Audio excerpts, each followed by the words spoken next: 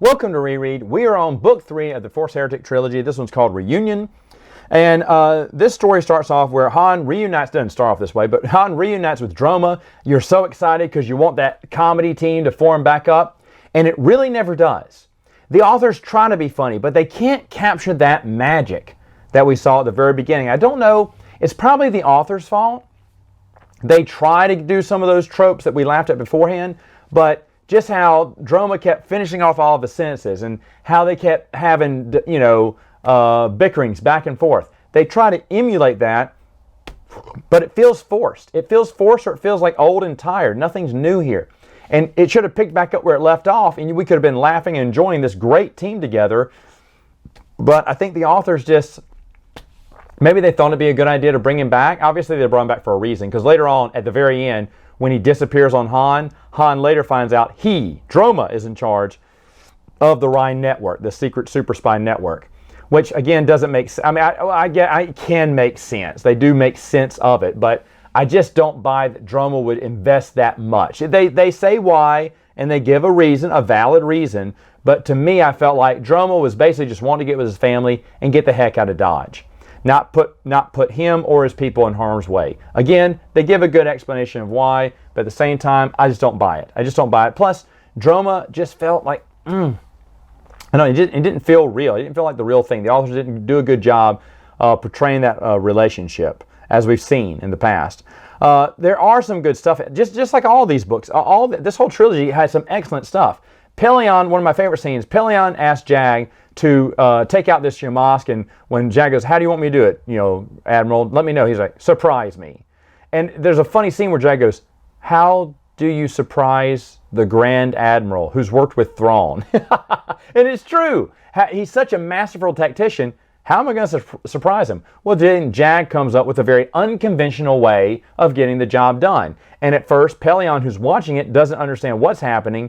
And then at the last minute, he goes, like he's surprised because Jag did something he didn't expect seeing. And as the move is being executed, then Pelion puts his fleet at the ready. He puts them in position to kind of make the final blow. And he congratulates Jag later on by going, thank you, young man. He said, thank you for the surprise. And I love that. I love that entire scene with them. I thought it was really good. Now, Tahiri's still going through the identity crisis, but for some reason, Jaina passes out. When she goes to Tahiri's side, she passes out, and she's, I guess, in a dream state, watching Tahiri fight with Rena, her Vong counterpart, as they try to get, meld together their personality. But then Jaina isn't in the conversation. She just passed out in a Jedi coma, while Tahiri, on her own, is having this conversation with Rena. And why? Why? First off, Tahiri's story is just, it's horrible. It's horrible. I remember her having this identity crisis. I thought it happened a long time ago. When it came up here, I was like, oh, here it is. And I was interested. I was like, okay, where's this going to go? I'm interested. But by book 2, I was so bored by this idea, and it didn't excite me any further when that's all she did, the whole book. He just puts Tahiri and Jaina on the sideline because the authors don't know what to do with Jaina. It's obvious. So they leave her in a coma for the first third of the novel. She didn't even come out of the coma till later. And it just doesn't, Jaina doesn't serve a purpose. Tahiri goes, thank you for being there for me. Yeah, but what did you do? What did you do? You did nothing. And that story is just unnecessarily awful. Luke is on Zamona Sakat, and he is, trying to get answers, see if the planet will help him, trying to communicate with the planet, but everything seems to be going wrong. Danny Kui gets kidnapped. Some of the locals there do not like him, and we find out later on it was just a test. It was all a test that Zamona Sakat was testing Jason and Luke, and they both passed at the same time. Now to Luke, he appears as Anakin Skywalker, Little Annie, as he did in Rogue Planet. The whole Rogue Planet storyline about Obi-Wan and, Anakin being there a long time ago pops up. And then he appears as Vergere in front of Jason. And it's weird because he acts like Vergere, but that's because he knows Vergere, Zamona Sakat does. And so their conversations are really good. These are other good scenes here. But one of the things I loved is back before it's revealed that Zamona is testing them, there's a Vong ship, and it's located the planet, and it may escape. And if it does, it'll tell all the Vong where they're at. And so Luke's tempted for them to ask Zamona Sakat to destroy the planet, but says no, because that would be striking out in anger and killing someone, and Luke doesn't know what would happen if Zamona Sakat turned to the dark side. You know, what would be a dark side? That would be just a nightmare, right? And I want to argue there is a planet like Zamona Sakat that turned to the dark side, and that would be from John Whitman's Galaxy of Fear, Devourin', the second book where they're on this planet and the planet's eating everyone. You know, it's devouring, I get it. But anyway, I love the idea that there's a living planet. This came out way before Rogue Planet, and so it fits in the Star Wars universe. There'd be other living planets right out there, but there is one that turned to the dark side. And I don't think they would ever do this, but wouldn't it have been cool later on if they would have put together these two, like Devourin' versus Zamona Sakat. And Luke's trying to figure out how you destroy a planet that's working with the dark side. I thought that was so smart. And even though there are 19 minutes left on the battery here, it went to 0 immediately. And I don't know what that was about, so I had to get a new battery pack on it. Anyway, I just think the idea that Devourin' is out there, oh, I wish someone would have put those together, and it would have been an epic story.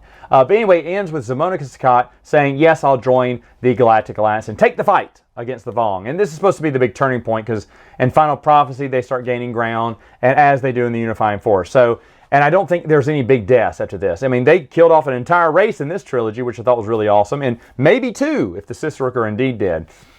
But overall, one of the biggest drawbacks about this, it's not as good. In fact, it's probably the weakest of all the New Jedi Order books that I've read so far. It's definitely, I think, the weakest. I don't like the way they set up chapters. They're basically in 4 parts with an epilogue, and it just makes for like 60, 80 pages. Now, I'm someone who I love to read, but at the same time, dang, I always had to stick my bookmark over to the side. There was no way to, and then of course it would slide, it would move as I was shifting and moving against the chairs and whatnot.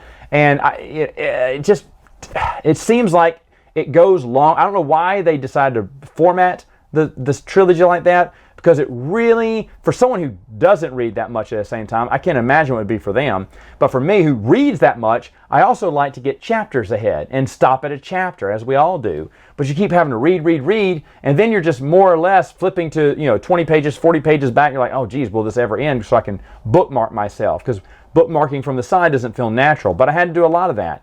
And also, I think that the books could have been shorter. I think this could have been maybe just one novel. Doesn't seem like they had that much to do in it. Some of the middles of this, especially the second one, were just kind of pointless. So at least, at the most, a duology is what this should have been. It kind of went a little too long in the tooth. Overall, there are some excellent moments in each one of these books that I really enjoyed. Excellent moments.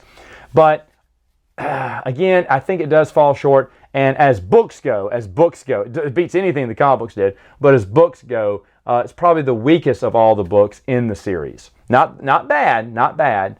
And it definitely stacks up against a lot of other Star Wars books I've read, but definitely not the best that the New Jedi Order had to offer. All right, folks, that's it for now. See you next time.